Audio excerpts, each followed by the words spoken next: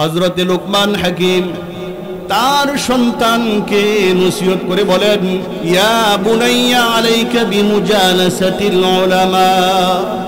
হযরতে লুকমান তার সন্তানকে ডাক দিয়ে বলে, রে সন্তান, তোমার জন্য জরুরি হলো আলেমদের মজলিসে বসা, ওয়াসমা কালামাল হুকামা, এবং আলেমদের কথা শ্রবণ করা। ফাইন্নাল্লাহা ইউহিল কলবাল মাইতা বিনূরিল হিকমা, কেননা আল্লাহ তাআলা ইলমের আলো দ্বারা মৃত অন্তরকে আল্লাহ তাআলা জিন্দা বানিয়ে দেয়।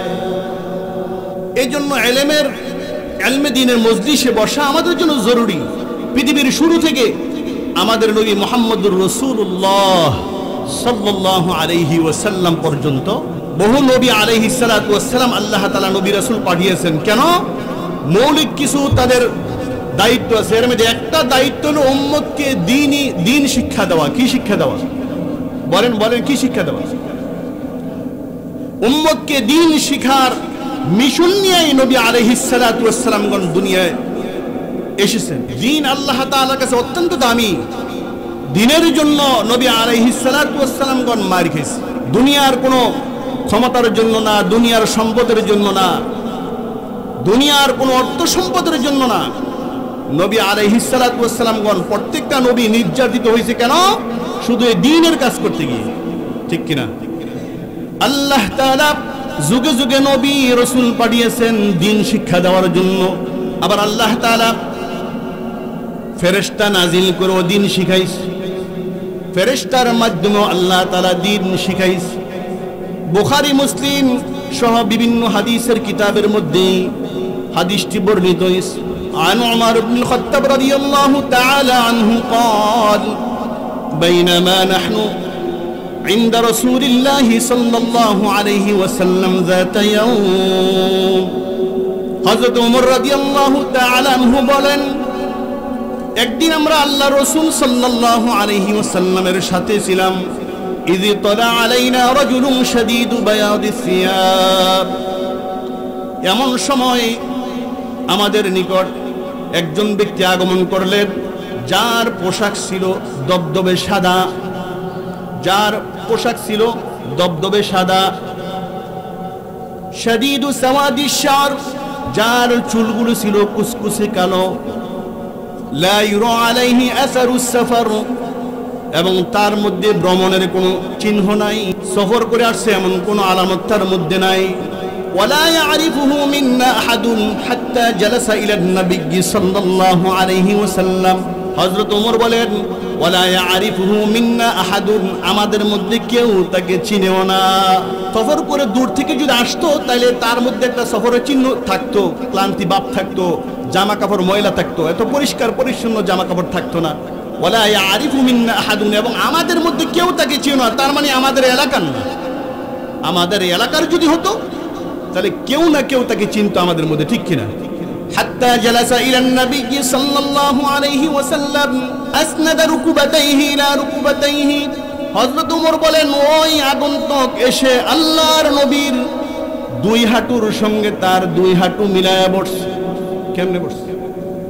নামাজের মধ্যে আমরা যেমন বসি, ওই আগন্তুক আয়েশা, ওই অপরিচিত ব্যক্তি আয়েশা নবীর দুই হাঁটুর সঙ্গে তার দুই হাঁটু লাগায়া বসছে।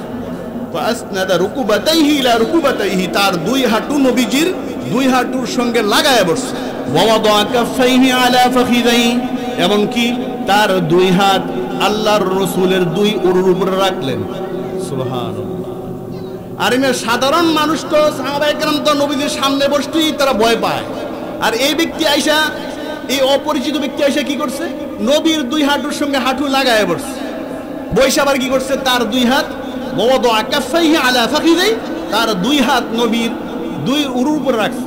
ফাকালা ইয়া মুহাম্মদ, ক্বালা ইয়া মুহাম্মদ আখবিরনি আনিল ইসলাম। এবার ওই আগন্তুক বলতেছে, ওগো মুহাম্মদ সাল্লাল্লাহু আলাইহি ওয়াসাল্লাম, আপনি আমাকে ইসলাম সম্পর্কে বলুন। ইসলাম কাকে বলা হয়? ক্বালা আল ইসলামু আন তাশহাদা আল্লা ইলাহা ইল্লাল্লাহ ওয়া আন্না মুহাম্মাদার রাসূলুল্লাহ ওয়া তুকিমাস সালাহ ওয়া তুতিয়াজ যাকাহ ওয়া তাসুমা রমাদান ওয়া তাহুজ্জাল বাইতা ইন ইসতাতা'তা ইলাইহি সাবিলা। আল্লাহর নবী ইসলামের মৌলিক 5টি বিষয় সম্পর্কে বললেন।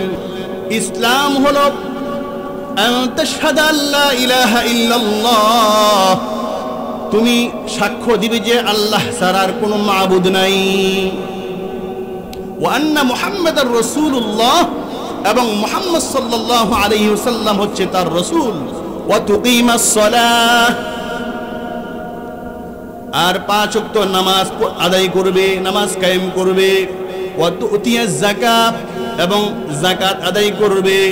ওয়া তাসুমা রমাদান, এবং রমজান মাসে রোজা পালন করবে। ওয়া তাহুজ্জাল বাইতা ইন ইসতাতা'তা ইলাইহি সাবিলা, আর সামর্থ্য থাকলে বাইতুল্লাহ শরীফের হজ পালন করবে। আগন্তুক প্রশ্ন করছি ইসলাম সম্পর্কে। আল্লাহ রাসূল ইসলামের মূল 5টি বিষয় জানাই দিছে। ক্বালা সাদাকাতা, ওই আগন্তুক বলতেছে আপনি সত্য বলছেন। ক্বালা ফাআজিবনা লাহু ইয়াসআলুহু ওয়া ইউসাদ্দিকুহু, হযরত ওমর বলেন আমরা আশ্চর্য হয়ে গেলাম। আগন্তুক না জানা ব্যক্তির মতো প্রশ্ন করতেছে, আবার আল্লাহর রাসূল যখন বর্ণনা দিলেন এখন কয় ঠিক আছে সত্য বলছে। একদিকে প্রশ্ন করছে একেবারে না জানা ব্যক্তির মতো, মনে হয় যে অজ্ঞ ব্যক্তি। আবার যখন রাসূল যখন এই ইসলাম সম্পর্কে যখন বর্ণনা দিলেন, এবার কি বলতেছে আপনি সত্য বলছেন, মনে হয় যে অনেক বিজ্ঞ লোক, জানে অনেক কিছু।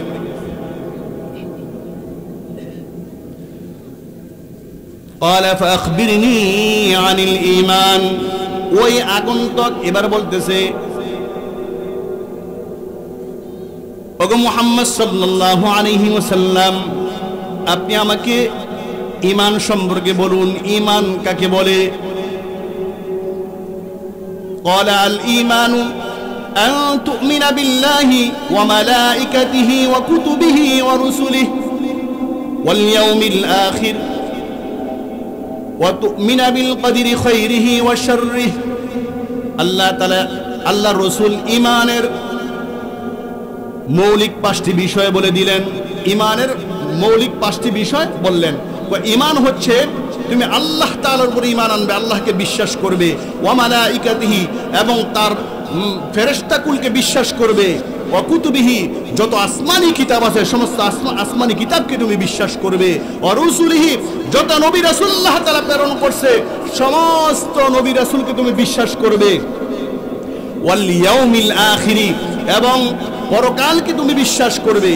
ওয়া তুমিনা বিল কদরি খাইরিহি ওয়া শাররিহি, আর তাকদীরের ভালো মন্দের উপর তুমি ঈমান রাখবে, বিশ্বাস করবে। জোরে বলি সুবহানাল্লাহ। ওই আগন্তুক এবার বলতেছে ক্বালা সাদাকাতা, আপনি সত্য বললেন। এবার আবার প্রশ্ন করতেছে ফাখবিরনি আনিল ইহসান, আপনি আমাকে বলুন ইহসান কাকে বলা হয়, ইহসান সম্পর্কে আপনি আমাকে বলুন। قال أن تعبد الله كأنك تراه فإن لم تكن تراه فإنه يراك। আল্লাহর নবী ইহসানের বর্ণনার দিকে বলেন তুমি এমন ভাবে ইবাদত করবে যেন তুমি আল্লাহ তাআলাকে দেখতেছো। কি করতেছো? তুমি আল্লাহ তাআলাকে দেখতেছো। কান্নাকা তারাহু ফাইন লাম তাকুন তারাহু ফাইন্নাহু ইয়ারাক, যদিও তুমি দেখো না, ফাইন লাম তাকুন তারাহু ফাইন্নাহু ইয়ারাক, তাহলে তিনি তোমাকে দেখতেছে। যদিও আমরা আল্লাহ তাআলাকে দেখি না, কিন্তু আল্লাহ তাআলা আমাদেরকে দেখতেছে। আমরা যখন নামাজে দাঁড়াই এমন মনোভাব নিয়ে দাঁড়াইতে হবে। কি করতে হবে? আমরা তো নামাজে দাঁড়ায় দাঁড়ায় ব্যবসা বাণিজ্য সারাদিনে হিসাব নিকাশ করি, ঠিক কিনা? ঠিক। আবার মুসল্লি এমন মুসল্লি আছে নামাজ দাঁড়ায় কয় ফ্যানের সুইচ হিটা দে, হিটা দে, ফ্যানের সুইচ পিছনে দেখা দেয় টিপতেছে আরেকজনে, ও হিটা দে, হিটা দে, নামাজ পড়ে।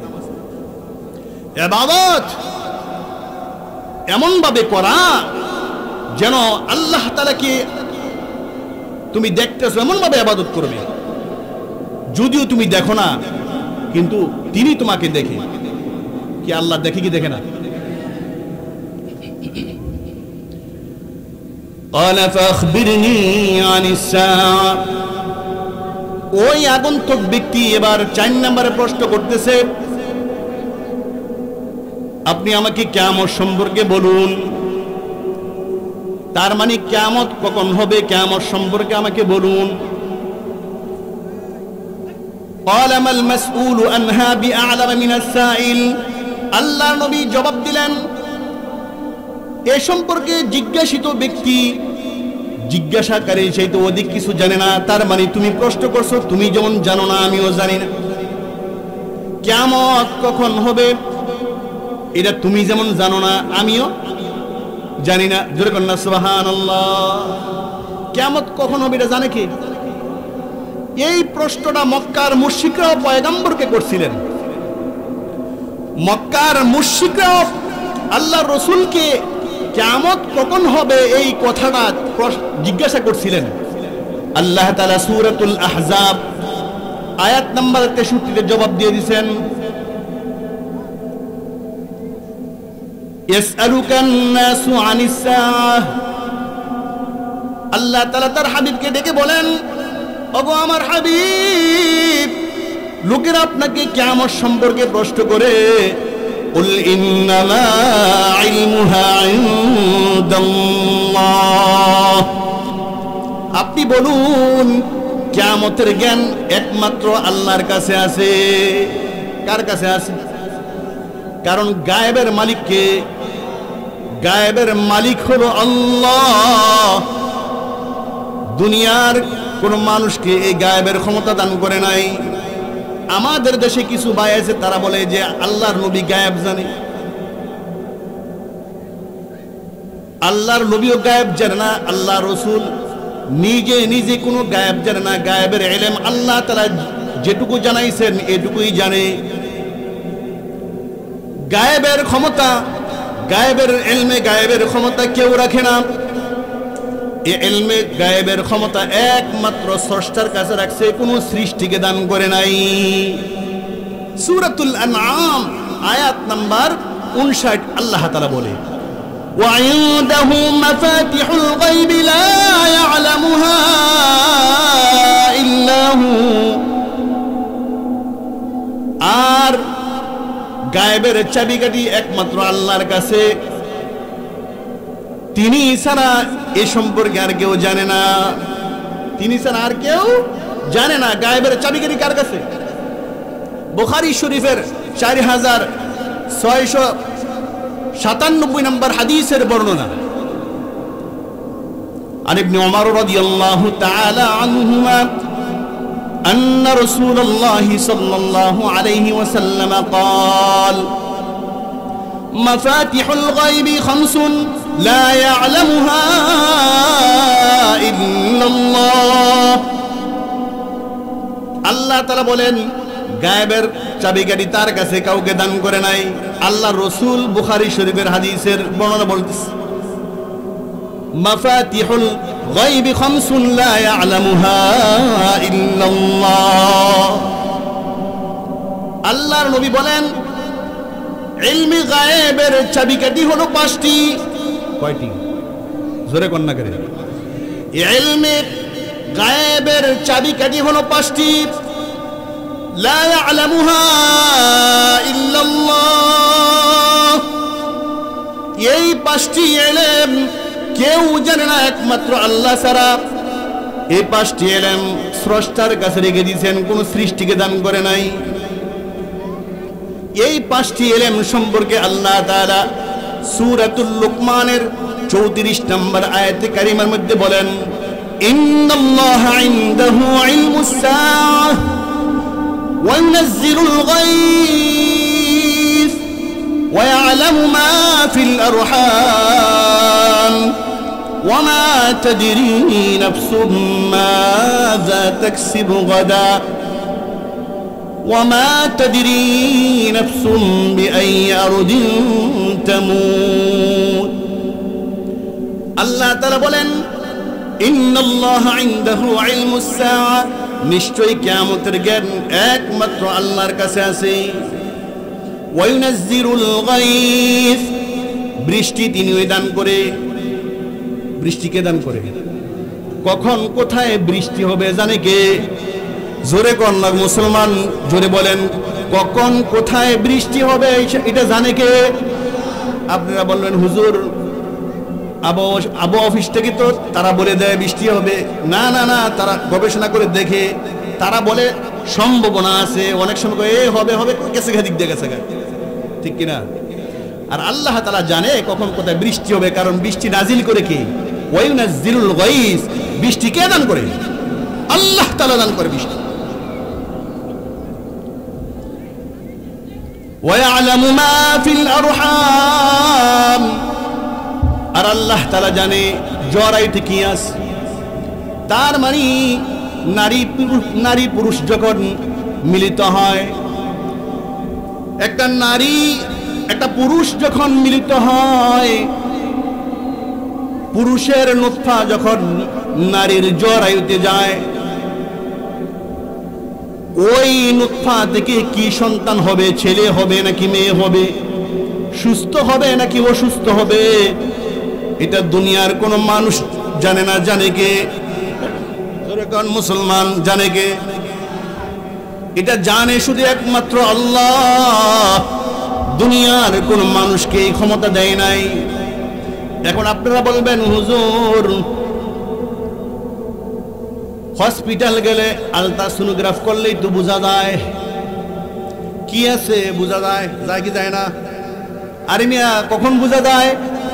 যখন বাচ্চা যখন মায়ের গর্ভে যখন 5 মাস বয়স হয়ে যায়, অর্থাৎ আল্লাহ তাআলা যখন সৃষ্টি কমপ্লিট করে ফেলে, তখন মেশিনে তারা চেক আপ করে দেখে যে এটা ছেলে নাকি মেয়ে। 5 মাসের আগে আপনি যত চেষ্টা করেন মেশিনও ধরতে পারবে না। আল্লাহ তাআলা যখন রেডি করে দেয় তখন তারা বলতে পারে, আর আগে কেউ বলতে পারে না। ওয়ায়ালামু মা ফিল আরহাম, আর আল্লাহ তাআলা এমন সত্তা, ওই পুরুষের নুতফা যখন জরায়ুতে প্রবেশ করে তিনি তখনই জানে যে এটা থেকে কি সৃষ্টি হবে।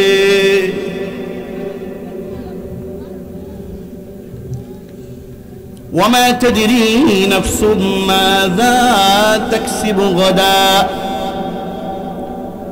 4 নম্বর আল্লাহ তাআলা আয়াতের ভিতরে বলতেছে ওয়ামা তাদরি নাফসুম মাযা তাকসিবু গাদা,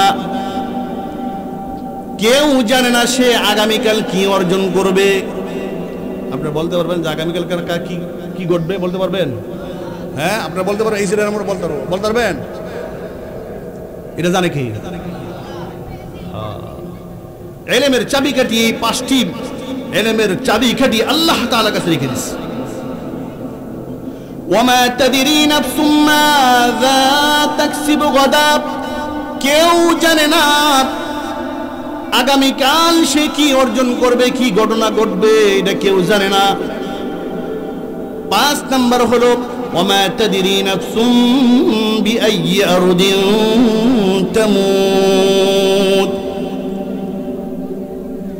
কেউ জানে না পৃথিবীর কোন জায়গায় সে মারা যাবে। আপনারা জানেন নাকি?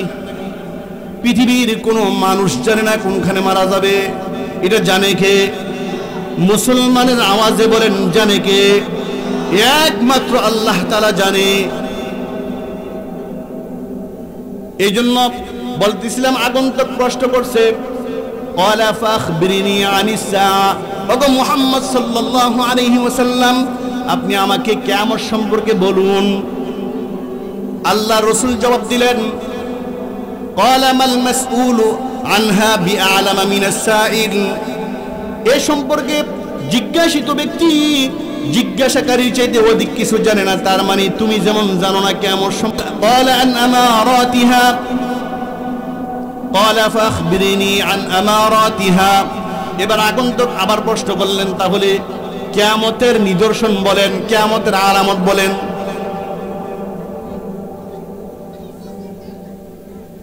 ক্বালা আন তালিদাল আমাতু রাব্বাতাহা, কিয়ামতের আলামতের মধ্যে এটা হলো একটা যে বাদী আপন মনিবকে জন্ম দিবে। দাসী আপন মনিবকে জন্ম দিবে। এটা কয়েকটা ব্যাখ্যা আছে, আমি লম্বা হয়ে যাবে।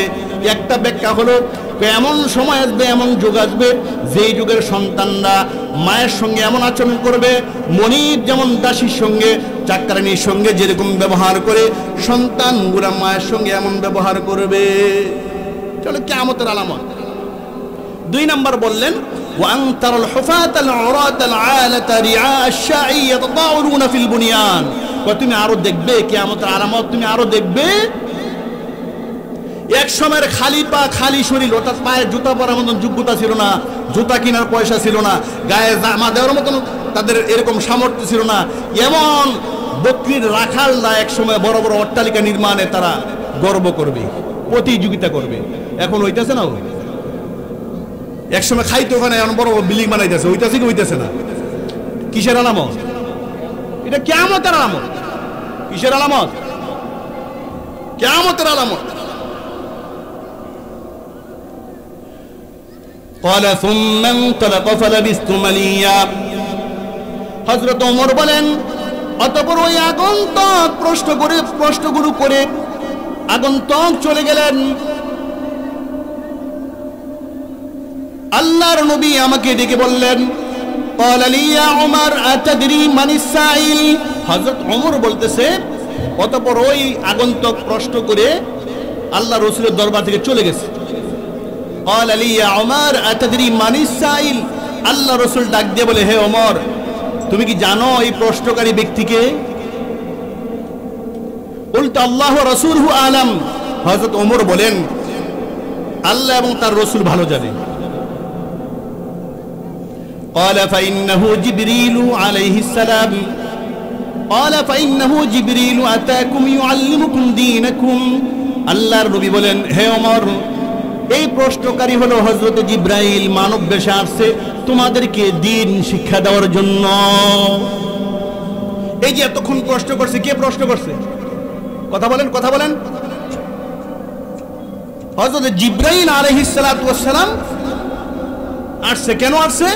ইউআল্লিমুকুম দীনাকুম, দ্বীন শিক্ষা দেওয়ার জন্য আসছে। সুবহানাল্লাহ।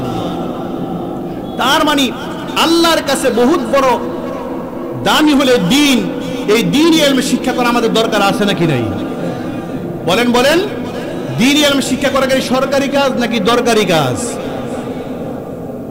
মাদ্রাসায় যারা পড়েন নাই, দ্বীন তো অবশ্যই শিখতে হবে। তলাবুল ইলমি ফরিয়দাতুন আলা কুল্লি মুসলিম।